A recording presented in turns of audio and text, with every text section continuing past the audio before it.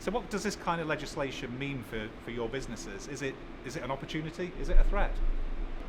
So in terms of the threat posed by legislation, I think we could all debate whether speed limiters are really going to be a thing, and whether it's not just speed limiters, it's other driver aids or other safety initiatives.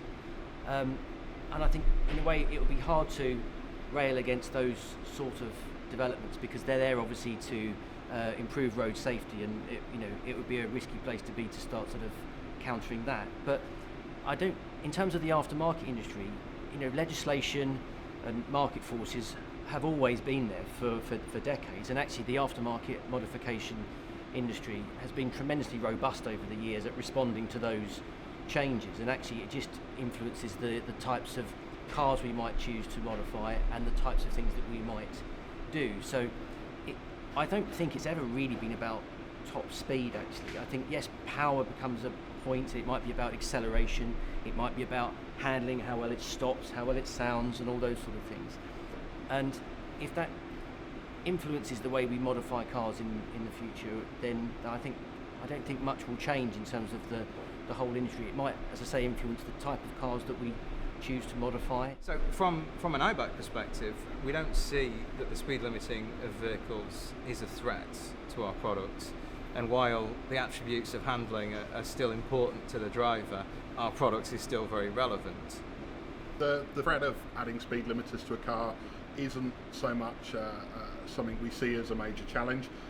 The exhaust can help in a number of ways, both from the sort of performance side of things, still the ability for the car to accelerate quicker, also from the kind of driving experience, the sound of the car and how that feels when you're driving the car has a lot of impact, and that doesn't necessarily mean an impact to top speed, changing that. Also, the other factor in performance and tuning is that a lot of people choose the products for aesthetic reasons as well, and that can be from the exhaust, so changing the look of the vehicle from the rear in the terms of the way the tailpipes look, but also that goes across a number of other products, like people may choose lowering springs to make the stance of their car look better. They may not just be looking at it from a performance point of view, so there's lots of different ways that the aftermarket parts can be seen and used, so no, don't foresee a big challenge with speed limiters. I think the impact of the speed limiter on the braking industry won't have much of an impact at all.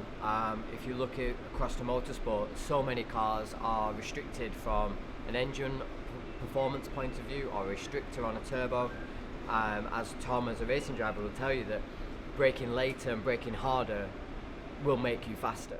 Yeah, I think this legislation could definitely help the track day market and grassroots motorsport, as the speed gets taken out of road driving. I think people that are looking for that buzz and that performance are going to head towards the tracks, which are a far more suitable environment for it. So this, I think, will be a very healthy boost for motorsport and for the performance industry orientated around track and performance vehicles. When we talk about the track day market, I don't think that necessarily means it's the end of fun on the road. So if we look at a couple of the cars that big manufacturers have launched recently, two that come to mind are the Toyota GT86 and the Alpine, and both of them, the manufacturers have really focused not on VMAX or top speed, but they're focused a lot on how the car is engaging at lower speeds, almost making it the car for the British B road. From a suspension and handling point of view, do you see that there could be a move towards tuning kits that make a car more engaging for the road rather than that ultimate track performance as well? Certainly there'll be a greater emphasis upon it. I mean, our kits are designed with enhancing those attributes in mind anyway, but perhaps those that would be focusing on power traditionally may then change their focus to handling, which would be refreshing.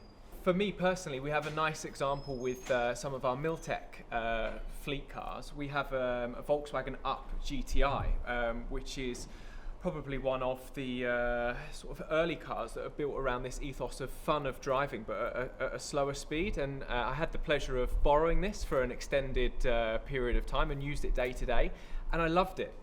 It's not really quick, but with the modifications and the Miltech system, it's fun to drive, and you get to shift through 3 or 4 gears before you're ever going to be in trouble. And this, for me, as coming from a driving point of view, this is a real pleasure. In a very high-powered car, you don't often get to get through that many gears before you're potentially losing your license. So I think this shift is something that can be turned into a positive and actually really enthuse some drivers on the road. Yeah. And in addition to chairing ITG performance air filters, your other business is JE and improving the performance of Land Rover Defenders, which some people haven't thought of as a performance car, but people are buying because they're fun on the road. Yes, one of the consequences of lots of driver aids and things like speed limiters is that people are looking to older cars as the cars they enjoy driving. They might use a modern car for commuting, but for many other journeys they'll use an older car. And Defender's an example. Defender's become a kind of instant classic car, and there you're starting with a car that frankly doesn't handle very well and doesn't have very good performance, and so the tuning of it is kind of bringing it up a bit, perhaps to be a bit more like a modern car. And there's certainly a very big industry adding things to Defenders, whether it's cosmetic or for expeditions or for tuning. Big brakes, bigger different tyres, bigger engines or more powerful engines, all those things are happening, and I think that carries through into the whole classic car industry. If you have a very unique Aston Martin, perhaps you should keep it absolutely standard because it's a kind of historical piece. But if a lot of classic cars are not that rare, and it's they're great fun to tune, they're great fun to modernise, and bring kind of up to modern standards so that they're daily usable cars. But without all of these driver aids. Following on from what Tom said about the Up, we've been involved with the brakes on the Up GTI for Miltech and improving the ability for the Up to perform on the road, to be driven enthusiastically, but as Tom said, within the limits of the road, gives a lot of enjoyment. We've noticed the small car market really growing, from journalists promoting the fact that the new Ford Fiestas are some of the best driving cars on the roads today, not just for that market, in the whole of the sort of performance car world, whether that's RS6s or BMW M4s. A lot of journalists are saying if you want to have fun on the road, the Ford Fiesta ST is a great way to go, and we're finding that that's our biggest selling product at the moment, because the people can do light modifications, improve the cars, handling, braking and noise, and get lots of enjoyment from that car without exceeding road limits, and I think that's really important for the industry. Following on again, the Caterham 3-cylinder car that was produced a few years ago was aimed just at enthusiastic drivers for the road, not necessarily the track guys, but again there are tuning opportunities with different induction, different exhaust systems, different brakes on a 3-cylinder car that essentially had struggled to beat the speed limit, and you can slide about and have some fun on a track day if you want to as well. Yep. So when we see speed limiters, driver aids increasingly on cars, has that trend in the new car industry, has it impacted you in a way that you've had to change the way you go to market or the products that you bring to market? When it comes to brakes, driver aids such as ECS, traction control, ABS, you do have to work within those limitations. The more a car manufacturer originally puts on aids, the more you have to take them into account.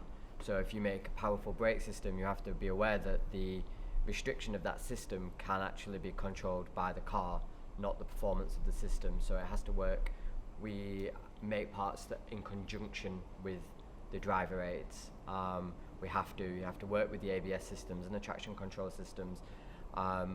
It's now a case that most modern cars have an ECU that just looks after the brake system. So we can now plug into that ECU and drive the car with a live feedback of what the brake system is doing. So not just like it used to be an ECU just looked after the performance side of the car. Now there's an ECU for the suspension and an ECU for the brake. So you have to just get on board with it and realise that electronics are becoming fundamentally part of car tuning. So you've got to integrate with them for the car to work well. Are you involved in consultation for this kind of legislation, or do you think that the industry needs to do more to be involved in shaping this kind of legislation that affects all road users? We have been involved in influencing legislation, but not specifically about speed limiters and driver aids.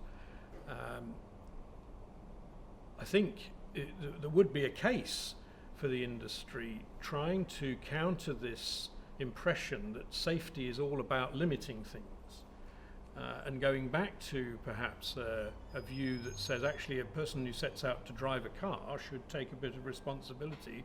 Legislation sets the goalposts for the manufacturers and tuners and performance houses to work within, but cars are always going to be fun. If you're coming to the Performance and Tuning Car Show, you'll see a really busy, exciting industry geared up around making driving exciting.